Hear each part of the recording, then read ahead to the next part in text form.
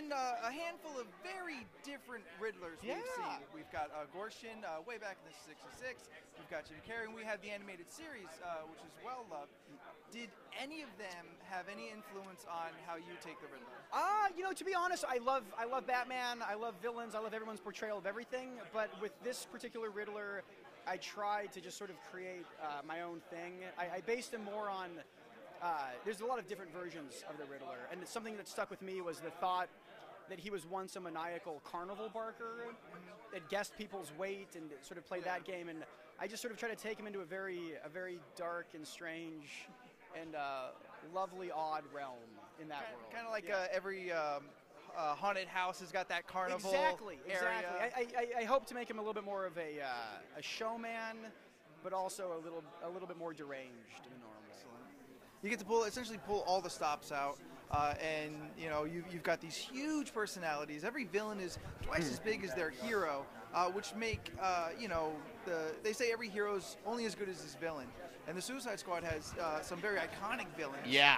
Which were your favorite to write with? My favorite villains to write, I think, were Deadshot, the Riddler, and the Joker. And I'll tell you why the Riddler might be my favorite. Riddler dresses for the occasion. He's a snappy dresser. He's the smartest guy in the room, and he wants you to know it. He wants everyone to see how clever he is. He's a wordsmith. He loves to play with words. And then it dawned on me, Riddler's a writer. Yeah. Riddler's a screenwriter. He's the guy who's like, hey, you want to see how clever I am? Look at this. And once I sort of cracked that, it was a lot of fun to play with that guy. And then who doesn't want to just throw the Joker into something and have him just blow up all the plans? That's icing on the cake. It's just chaos. And then Harley, the interesting thing about Harley is this is a Harley without the Joker. So they've broken up.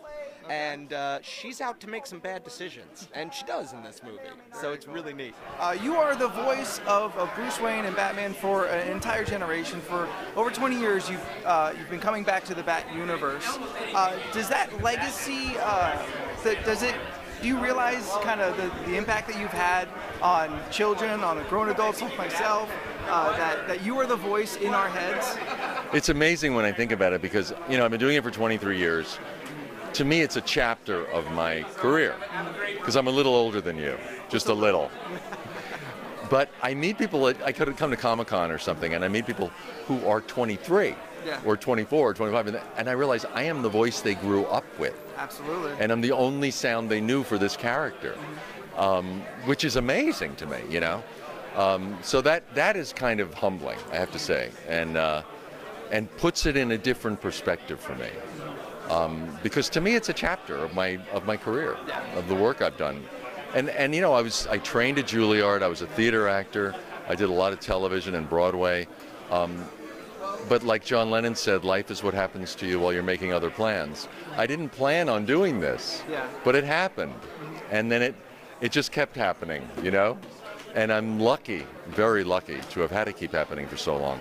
To me, the challenge has been to keep it fresh, to keep it alive, to not let it get stale over so long a time. And I think my theater background helped me in that a lot. Because in theater, you have to keep a show fresh 8 times a week. You know, it's always about making it new.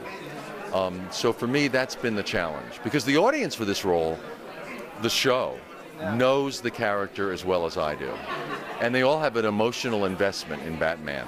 I meet them at Comic-Cons, and there's such an emotional connection to this character that they would know in a second if I was lying or if I wasn't being honest. You know what I mean? So you get to be the voice of King Shark. Yes. What is it about the character that you feel you've put the most of your own personality in? Oh, I mean, you know, it's what did I put into it? I mean, when you look at the character layout, the character design, you know, you kind of get a gist of this guy's this huge kind of mouth, you know. So it's just he's massive. He's a massive being, and so, you know. You can't kind of voice him like this, you know. It's not, oh, look out, here comes King Shark. Works for Mike Tyson. Oh, he's here. Be careful what you say. I know. I actually got a picture of him that I tweeted out. Me, Tom Kenny, and him. Pretty awesome. Me, SpongeBob, and the Champ. Yeah. Coming soon on Fox. But yeah, I mean, you know, listen, anytime the woman's standing next to you, look over there. Look over there. Her. Whenever you see, okay. I mean, I know Kevin. Come back. That woman is Andrea Romano, and she's the best. She's a legend. She's the legend, and whenever she comes calling, I come running. So anytime I can be a part of the Batman universe and she's involved, I'm game. What about this cast? I mean, you have returning favorites. Kevin Conroy, of course, is amazing. Who's really been your favorite among this cast as far as this villain-focused story? We've got. I'll tell you who I really love bringing back and working with again, and will work with her anytime I can, is CCH Pounder, Yes. who plays Waller.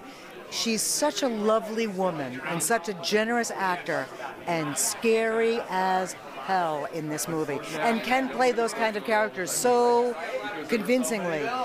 And it's such a compliment to her acting, because she's not that way. But when she says, "Damn it," all of a sudden I'm a 5-year-old kid again going, I'm sorry. She's terrific. And She's an amazing presence. I love working with her. Yeah, I do. Get to coming back to play the Joker once again. Is there anything that this time you got to do more or differently, or maybe you're a little more comfortable getting to be the Joker? Is there something new to this performance that we didn't get the first time? I think I'm always going to be nervous doing this character, just because it's something that I love so much. And again, there's been such huge shoes to fill. But then you don't try to fill anybody's shoes. You try to respect and recognize that there are other shoes, but you come in with your own pair of shoes. Yeah. For this specifically, being able to work alongside Kevin is one of the greatest aspects of this. For me as a kid, and as a fan of this whole franchise, to sit on the other side of the glass from Andrea Romano, who I remember sitting down and watching the animated series and going, one day I'm going to work with that person, and then to be able to do it is huge. And when you have someone who's been working on this franchise for almost 25 years, in addition to Tiny Toons, Animaniacs, and a lot of other Warner Brothers. Grew up on. Yeah, exactly. Yeah. You're in really great hands, and so there's a lot of trust, and you can just rest inside those arms. She's going to carry you to shore. In some ways, I was still more nervous because I didn't want to screw it up, and at the same time, I was really comforted because I had a really good team around me.